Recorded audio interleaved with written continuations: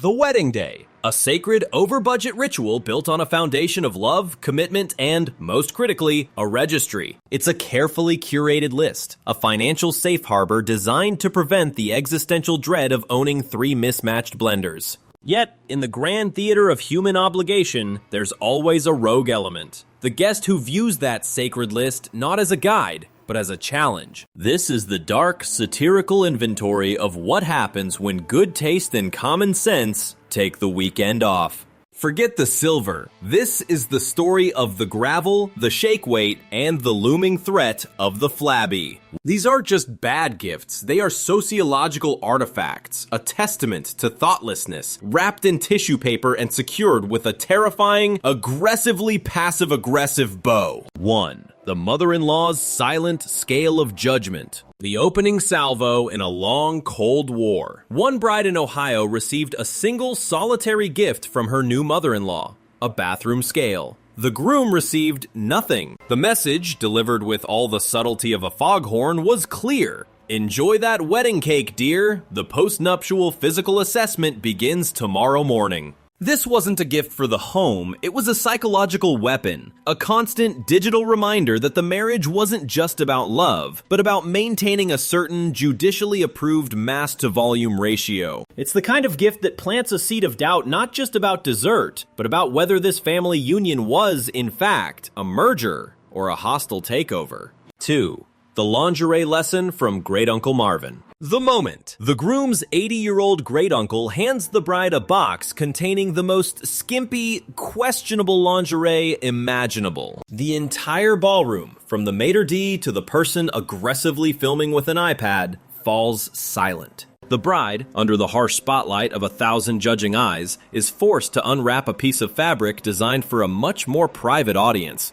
The sheer, sticky awkwardness of the moment was so thick you could scrape it off the rented ballroom carpet. It was a gift that screamed, "Your private life is now my uncomfortable public performance." You just know he bought it at a gas station next to the truck stop energy pills. 3. The diaper genie of passive-aggressive pressure. The happy couple didn't have kids. They hadn't even talked about kids. Yet, there it was, a brand new diaper genie. It's the gift of passive-aggressive pressure, a constant floor-to-ceiling plastic reminder in the corner of their room that their biological clocks are ticking, loudly. This isn't a thoughtful gesture, it's a non-negotiable demand for grandchildren, delivered with a smile and a bow from a relative who sees marriage as a mere prerequisite for procreation. No pressure, though. Enjoy the honeymoon, but know that the vessel for future family obligations has officially arrived. 4. The babysitting certificate,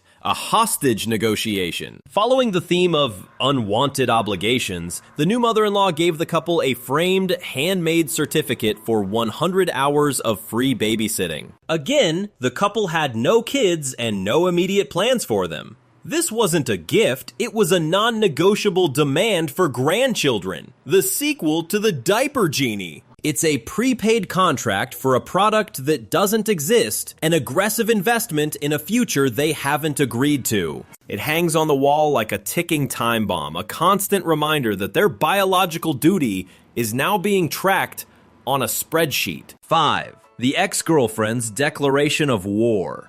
This one moves from passive aggression to open psychological warfare. A professionally framed photo of the groom and his ex-girlfriend, gifted by the ex-girlfriend herself. The card allegedly read, "Never forget the good times." This isn't just a bad gift, it's a declaration of psychological warfare delivered on the literal first day of the marriage. It's a permanent piece of home decor designed to spark insecurity, resentment, and a potential house fire. It's not a memento, it's a grenade with the pin pulled, tossed directly onto the gift table. Checkmate. Courtesy of a lingering resentment and an ornate gold frame. 6.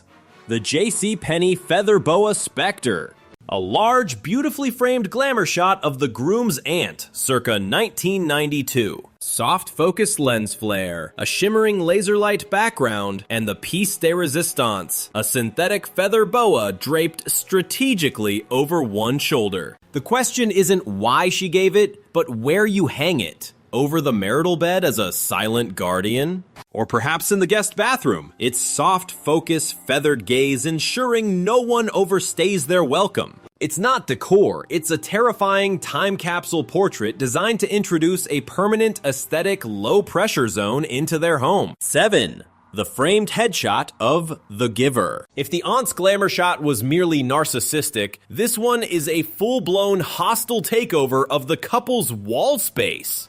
A professionally framed 8x10 headshot of the gift giver himself, placed in an ornate golden frame. It's such a bold, narcissistic power move that you almost have to respect it. This gift doesn't say congratulations on your union, it says remember this day, and more importantly, remember me. It's a permanent, unblinking third wheel, silently judging their home decor choices and ensuring they never forget who really matters. 8. The abysmal art of the melting wax figures. An amateur artist in the family gifted a hand-painted portrait of the couple, where they both looked like melting wax figures from a horror movie. The groom's eyes were pointing in 2 different directions, and the bride was generously rendered with 3 chins. It's the kind of artwork you hang in the attic, specifically near the furnace, to scare away ghosts and ward off any lingering sense of self-esteem. It's a piece that perfectly captures the terrifying gap between ambition and talent, and it's a gift that requires a very large, very dark closet. 9. The Macaroni Art Time Capsule. A piece of art made from dried macaroni, glued to a piece of black construction paper and spray-painted gold. It's the kind of project you make for your mom in 3rd grade, except this was given by a 40-year-old cousin. It's a touching reminder that some people's creative skills peak extremely early, and that they are not afraid to share that developmental plateau with you. It's a gift that is simultaneously a fire hazard, a future insect problem, and a deeply confusing statement about their personal finances. 10. The Doormat of Indifference. A beautiful, personalized doormat that said, "Welcome to the home of the Millers." An excellent gift, except the newlywed's last name was Johnson. This is a permanent, fiber-based monument to the fact that the giver was attending another, likely superior, party that weekend. It's a statement piece, silently declaring to every visitor that the Johnsons were definitively the second choice. It's a gift that forces them to either live a lie or forever wipe their feet on their own social irrelevance. 11. The Single Rock from the Driveway. A beautifully wrapped box that, when opened, contained nothing but literal gravel from a driveway. Not cool geodes or decorative stones, just dirt and rocks. The card read, "To help you build a solid foundation." It's a self-aware, pun-driven piece of absurdity, but at the end of the day, they gifted the couple a few ounces of stolen, unsorted detritus. It's better than sand, but it's still just trash. It's the physical manifestation of a thought that should have remained an internal monologue. 12. The Pet Rock. 0 effort in geological form. If the gravel was lazy, the Pet Rock is a masterclass in calculated apathy. Not even a vintage one from the 70s. It was a literal rock from the parking lot with googly eyes glued on crookedly, placed in a velvet jewelry box. It's a gift that perfectly captures the concept of 0 effort in a tangible geological form. It's a profound minimalist statement on the giver's absolute refusal to participate in the social contract of gift giving, while still technically bringing a thing. 13. The Half-Burned Candle of Shame. A guest gave a half-burned vanilla-scented candle in a dusty jar. You could literally see the black soot around the rim and the uneven puddle of hardened wax. They didn't even try to hide the fact that they'd grabbed it off their own mantelpiece 5 minutes before leaving. It's not just a used item, it's a gift that perfectly captures the exact moment the giver realized their bank account was empty and their conscience was on vacation. It's the scent of pure, unadulterated desperation. 14. The used hotel minibar sampler. A plastic bag, still warm from being aggressively clutched, filled with a luxury sampler of half-empty hotel miniature bottles. 3 tiny vodkas, 1 rum, and a handwritten note that reads, "We only took a sip. It's not a gift. It's evidence of a petty crime and a weekend of budget drinking." Nothing says romance like the lingering scent of someone else's travel-sized hangover in a Ziploc bag. A deeply personal offering that should have been left on the nightstand next to the $10 water. 15.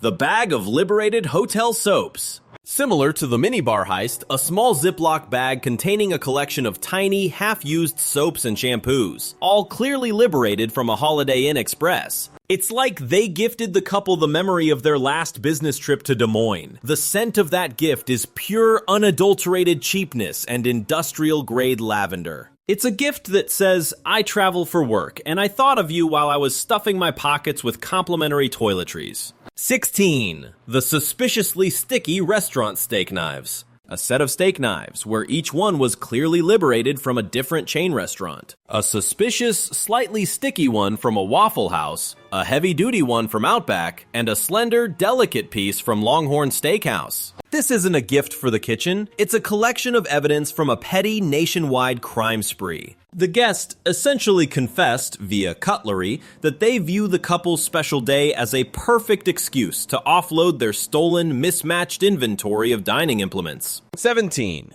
The vintage 1998 Ford Taurus Owner's Manual. The original owner's manual for a 1998 Ford Taurus. It's not a gift, it's a piece of trash. Clearly salvaged from someone's glove compartment, and then wrapped in wedding paper. What are they supposed to do? Buy a 25-year-old sedan to match the paperwork? It's a profoundly lazy and deeply bizarre contribution, proving that even literal refuse can be disguised as a thoughtful, if irrelevant, gesture. It's the definition of it's the thought that counts, where the thought itself was non-existent. 18. The stolen orange traffic cone. A single bright orange traffic cone, complete with authentic scuff marks and a bit of road tar. Was it a piece of modern art representing the obstacles they'll overcome? Or did the guests just get drunk and steal it on the way to the wedding?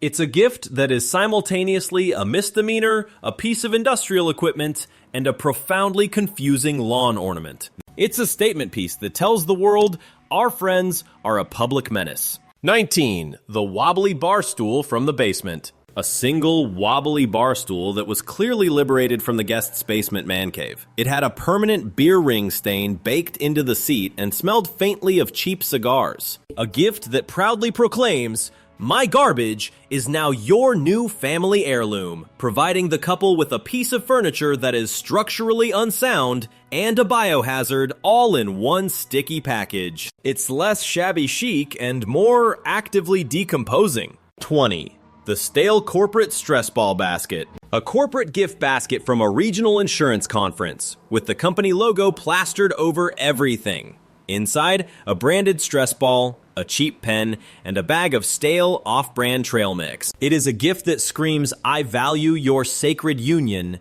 at roughly $7 wholesale. It's the byproduct of a forgotten convention, a testament to the giver's profound inability to spend any actual money or summon a single original thought. 21. The Random Pharmaceutical Company Mug. A generic coffee mug with the logo of a random pharmaceutical company, clearly a freebie from some forgotten conference table. It's the ultimate low-effort, panic-driven contribution. You can practically hear the guest's internal monologue. I'll just grab this thing from the back of the cabinet. It holds liquid. Good enough. The mug itself screams, my career, and the free swag it provides is objectively more important than your lifelong commitment. Enjoy your morning coffee, sponsored by Minor Side Effects. 22. The single crate and barrel plate down payment. A single dinner plate from the Crate and Barrel Registry. Not the whole set, just one plate. Was it a down payment? The first installment of a gift they'll receive piecemeal over the next decade? It's not a present. It's a piece of a puzzle they'll never get to complete. A permanent, tantalizing reminder of the registry they asked for and the partial fulfillment they received. It's the most passive-aggressive way to say, I acknowledge your registry, but I refuse to fully participate. 23.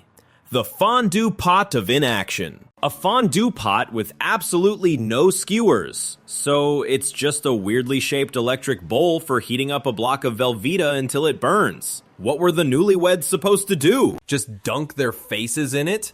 It's a party hazard and a third-degree burn waiting to happen. This isn't a gift. It's an incomplete kit for a terrible party. It's the promise of a social gathering that will inevitably end in failure and a very, very difficult cleanup. 24. The Lifesize Cardboard Bounty Hunter.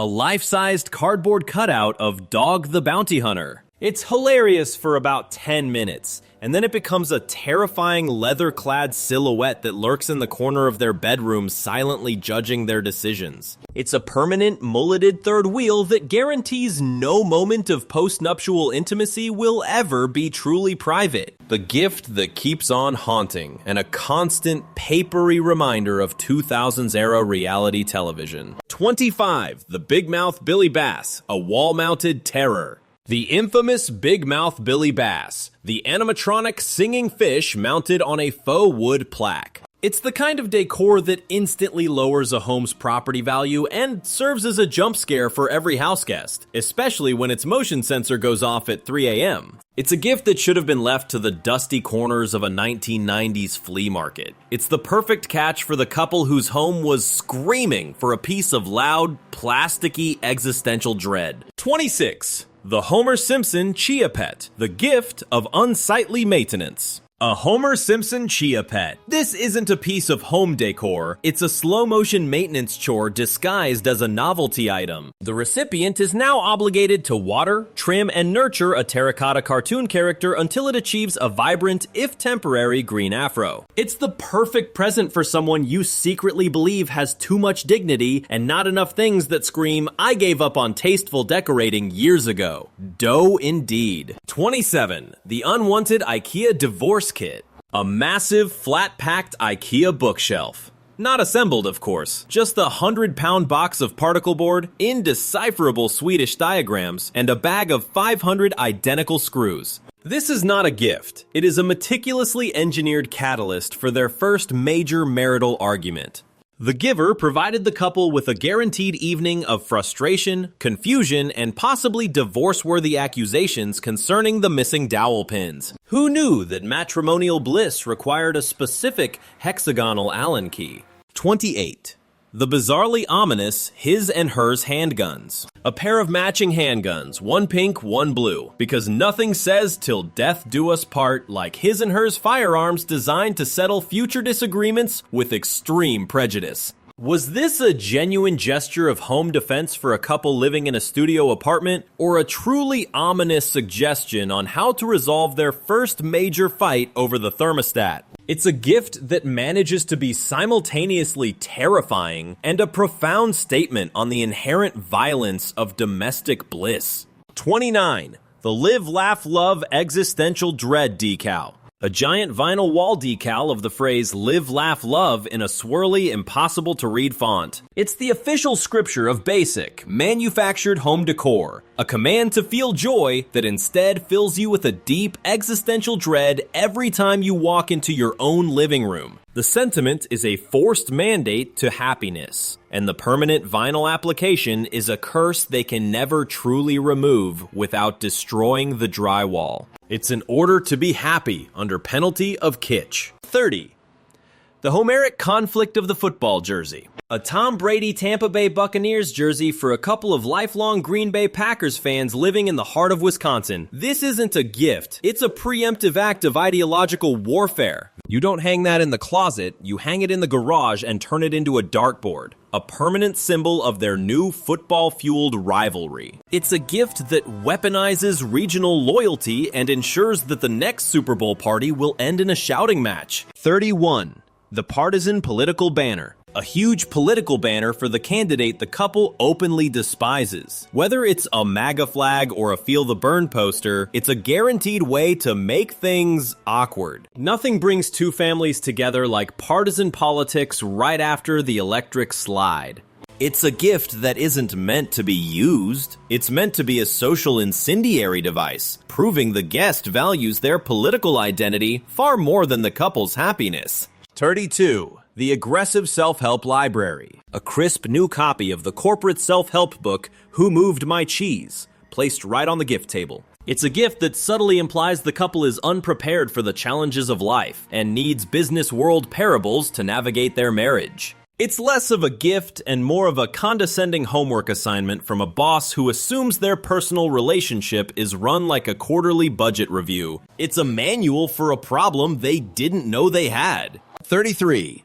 The Marriage for Dummies public shaming. Even more blatant than Who Moved My Cheese was the copy of Marriage for Dummies. It's a level of passive aggression so blatant you almost have to applaud it. The bright yellow and black cover was basically a public announcement, a neon sign broadcasting the giver's zero faith in this union. It's the literary equivalent of shouting, "I give it 6 months" during the vows. 34. The Fixing Your Marriage Preemptive Strike. Imagine receiving a beautifully wrapped copy of Fixing Your Marriage before it starts. Your wedding gift is literally homework on how not to fail. You just know the person who gave it, probably Aunt Karen, is expecting a full book report at the next family gathering. It's a profound vote of no confidence, a suggestion that their love story is already a fixer-upper before they've even signed the paperwork. 35. The P90X Marriage Intervention. A complete P90X DVD workout set. Congratulations on the nuptials. Now, no more cake for you. This is a gift that says, with a relentless, aggressive physical authority, I am already disappointed in the physical direction this union is heading. Forget the honeymoon. The only date on the calendar is an intense early morning appointment with a charismatic sadist named Tony Horton. It's the most overtly insulting and profoundly useful gift they will receive, and they will likely hate the giver forever. 36. The Flobby, the gift of bad hair for life. The Flobby. Yes, the vacuum-powered home haircutting system from the late-night infomercials of the 1990s. It's a gift that manages to insult both of their hairstyles simultaneously, while also suggesting they can't afford a trip to Supercuts. It's an appliance designed to suck hair, dignity, and any sense of style right off their heads. It's the gift that keeps on giving them bad hair days for the next 3 decades. It certainly does suck. 37. The Great American Hot Dog Toaster. It sounds like a joke from a rejected infomercial, but the hot dog toaster is horrifyingly real. This kitchen gadget's singular noble purpose is to toast 2 hot dogs and 2 buns simultaneously. It's a solution to a culinary problem that never existed, a gadget designed to streamline a task that takes roughly 90 seconds with a microwave. It's the ultimate symbol of pointless, specialized consumerism, destined to be used once before beginning its long, sad decay into inevitable garage sale clutter. 38. The Slap Chop, salad and sexual innuendo. The infamous Slap Chop, still in its slightly crushed as seen on TV box from a Walgreens clearance aisle. The guests didn't just give them a bad kitchen gadget, they gave them an eternity of low-quality salad and the lingering, uncomfortable echo of Vince Offer's most questionable catchphrases.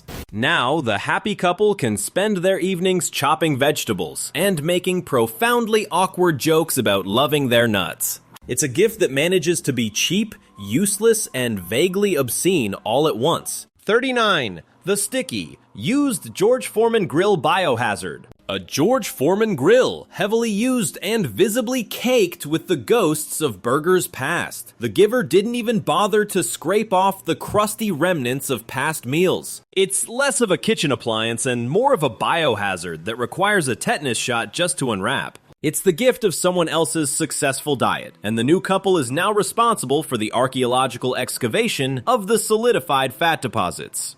It knocks out the fat, and apparently all standards of hygiene. 40. The 5-gallon bucket of industrial mayonnaise. One couple in Tennessee received a 5-gallon bucket of mayonnaise. No explanation, no card, just a massive, quivering, industrial-sized tub of mayo. Is this some obscure Southern hospitality tradition? Or did the guests just want to ensure their first year of marriage was filled with an unsettling number of bland sandwiches and potato salads? It's a culinary burden of epic proportions, a gift that will likely outlast the honeymoon and possibly the marriage itself. 41. The Fossilized Fruitcake, a cursed family heirloom. A fruitcake with the distinct rock-hard appearance of having been baked sometime during the Carter administration. You just know this culinary weapon has been circulating through the family. A cursed artifact passed from one unfortunate life event to the next. It's not a dessert, it's a geological sample of poor taste and a non-negotiable obligation to re-gift it. It's a lesson in family loyalty, the one thing you must never, ever actually eat. 42. The Jar of Murky Gastrointestinal Russian Roulette.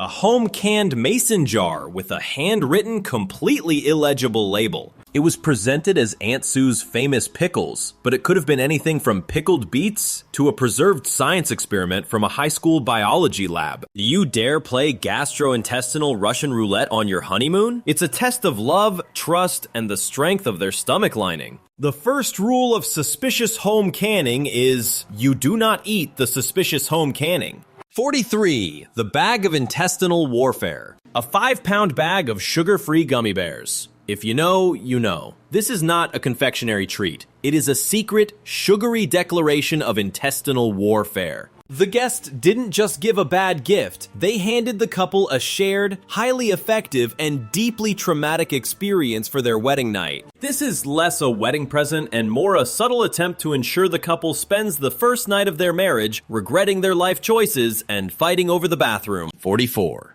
The case of processed mystery meat. An entire case of Spam. 12 glorious cans of processed gelatinous mystery meat. It's a gift that prepares you for two things: a harsh nuclear winter or a really, really sad series of future breakfasts. It's less of a present and more of a pantry filler of last resort. It's a silent, salty statement that the giver believes this marriage is headed for hard times, and they'll be grateful for the potted meat when it arrives. 45. The Ziploc bag of fast food diplomacy. No card, no explanation, just a large Ziploc bag containing an assortment of fast food condiment packets. Arby's horsey sauce, Chick-fil-A Polynesian, a few crusty packets of Taco Bell fire sauce, a literal collection salvaged from the bottom of a glove compartment. This isn't a gift, it's a curated collection of petty crime evidence. It speaks of a guest who, in a moment of sheer panic on the way to the ceremony, executed a strategic raid on a drive-through condiment station.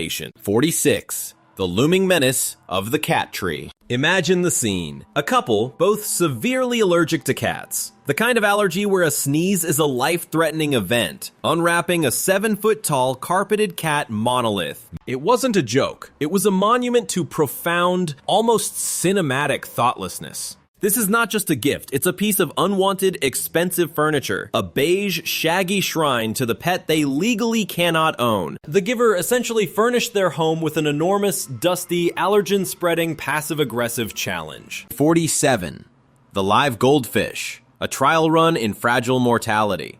A couple receives a single, terrified goldfish in a tiny temporary bowl. It's a living, fragile, high-maintenance object with the near certainty that it will be dead by the time they return from the honeymoon. This isn't a pet, it's a social experiment. A sudden, unwanted lesson in responsibility, loss, and the ephemeral nature of life. The perfect gift to start a new marriage. The gift of a shared, tiny funeral before the thank you cards are even sent. 48. The banjo in Brooklyn. A banjo. For a couple with zero musical talent living in a paper-thin walled studio apartment in Brooklyn, this isn't a gift for them. It's a noise complaint generating machine and a premeditated curse upon their entire apartment building. They are now obligated to decide whether to learn a niche folk instrument or simply let it lurk in the corner.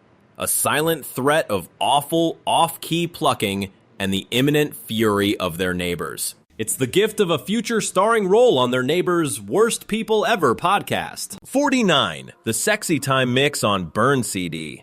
A burned CD with a Sharpie scrolled label that just said Sexy Time Mix. Nothing sets the mood for a new marriage like your weird cousin's questionable taste in low-quality 90s R&B, probably ripped from even lower-quality YouTube videos. You can almost hear the AOL dial-up sound in the track gaps.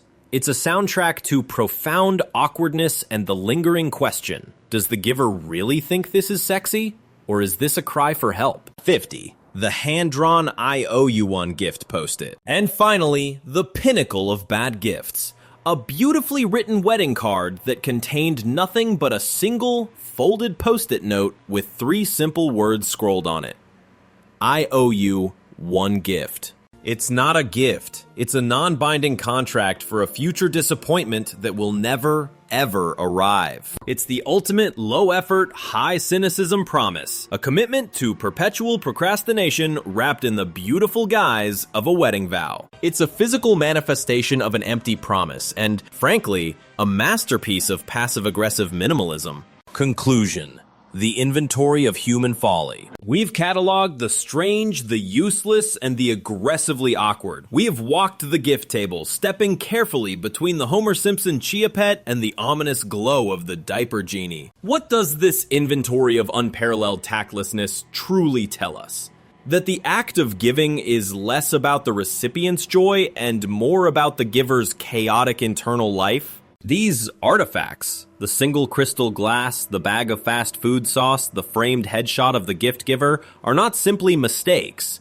They are philosophical statements. They are proof that even in the most solemn of human commitments, the spirit of aggressive mediocrity and profound, spectacular oversight will always RSVP, and it will always bring something from the clearance aisle. Marriage is a gamble, yes, but the real risk isn't in the vows, it's in the unwrapping of that last, suspiciously lumpy box. This isn't just about bad gifts, it's about the stories they tell. The half-burned candle whispers a tale of panic and poverty. The P90X set screams of judgment. The ex-girlfriend's photo is a declaration of war. Every terrible gift is a chapter in the great unwritten dark comedy of human relationships. They are monuments to the fact that while love may be blind, the guests attending its celebration are often just confused. In the end, the most important lesson isn't about avoiding the slap chop. It's about the brutal honesty revealed when people are forced to translate affection into commerce. The registry provides the blueprint for a functioning life, but the gifts off registry, the gravel, the flobby, the corporate self-help, provide the true narrative of human folly. They remind us that common sense didn't just forget to RSVP, it was never invited in the first place. The marriage might last, but the stain of the lukewarm, used bath towel is forever.